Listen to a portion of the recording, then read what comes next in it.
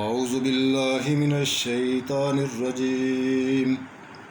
بسم اللہ الرحمن الرحیم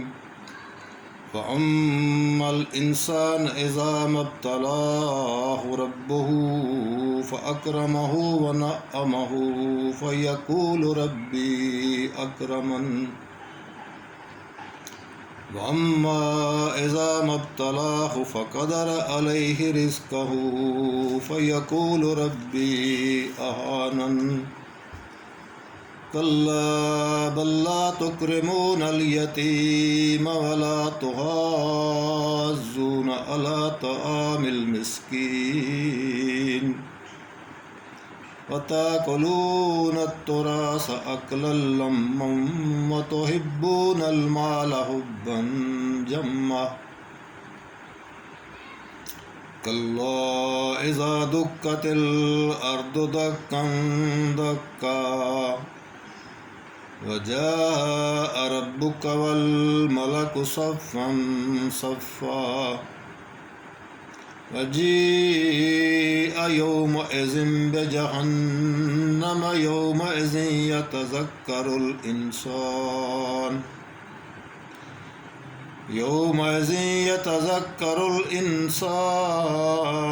أنى له الذكرى يقول يا ليتني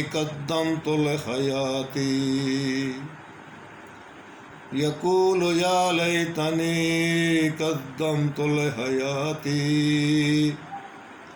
فيومئذ لا يعذب عذابه أحد ولا يوثق وثاقه أحد يا أيتها النفس المطمئنة ارجعي إلى ربك راضية مرضية فادخلي في عبادي وادخلي جنتي صدق اللہ العظیم.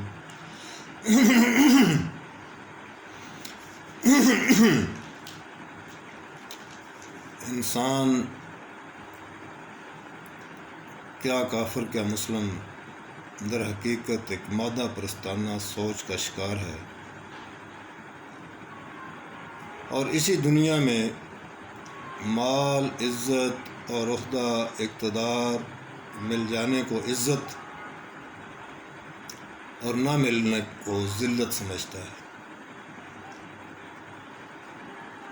اور دراصل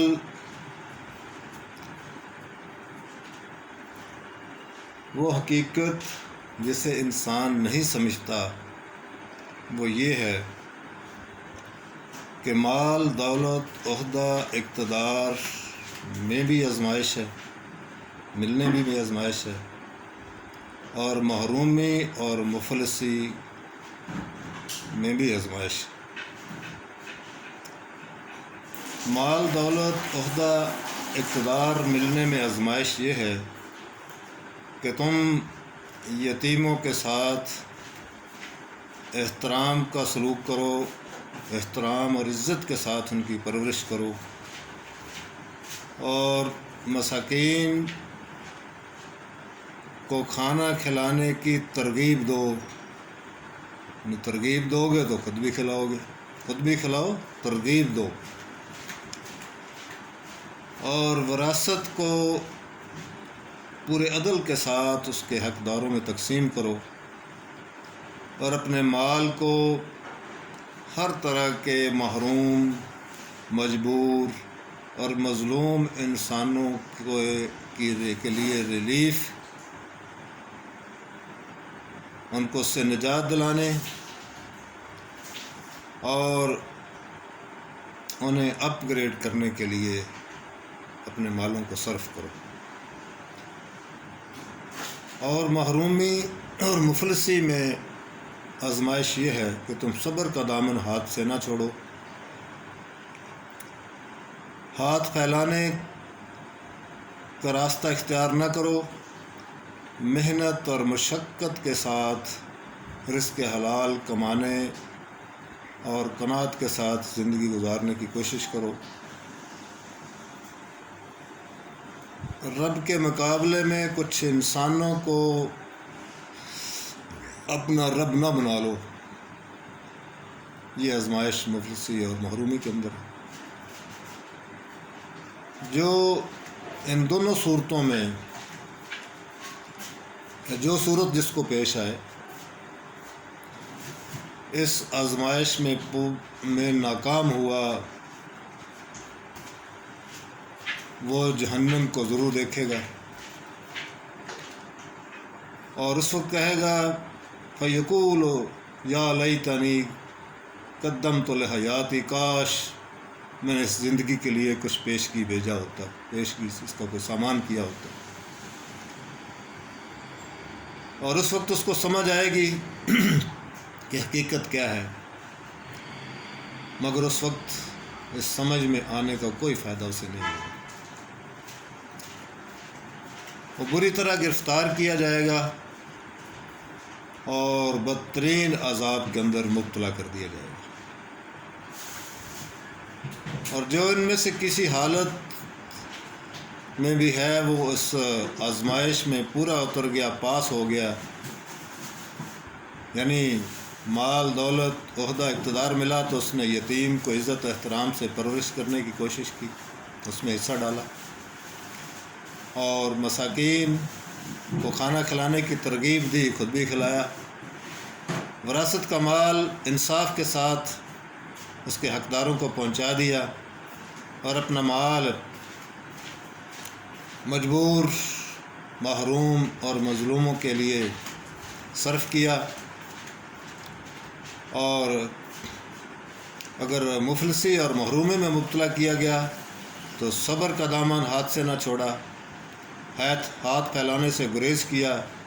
محنت اور مشقت سے کمانے اور قناعت کی زندگی بسر کرنے کی کوشش کی، تو یہ کامیاب ٹھہرا، پاس ہو گیا، تو اس کو جو ہے نفس مطمئنہ کہہ کر پکارا جائے گا، اور کہا جائے گا کہ اپنے اچھے انجام پر خوشیاں مناتے ہوئے اپنے رب کا پسندیدہ بندہ بنے ہوئے اپنے رب سے ملاقات کے لیے چل۔ اور آگے رب اپنی رحمت کا دامن پھیلائے ہوئے کہے گا، فرمائے گا، داخل ہو جا میرے نیک بندوں میں، شامل ہو جا میرے نیک بندوں میں، اور داخل ہو جا میری نعمت بھری جنت میں۔ آئیے ہم سب مل کر ایک دوسرے کا سہارا بنتے ہوئے اس بہترین انجام اور اس بہترین پکار کا اپنے آپ کو مستحق بنانے کی کوشش کریں، جد و جہد کریں، اور یتیموں کو احترام سے پرورش کرنے، مساکین کو کھانا کھلانے کی ترغیب دینے، اور ہر طرح کے محروم، مجبور، مظلوم انسانوں کی بہتری اور انہیں ریلیف دینے کے لیے اور انہیں اپ گریڈ کرنے کے لیے اپنے اللہ کی دی ہوئی نعمتوں کو، مال کو صرف کرنے کی،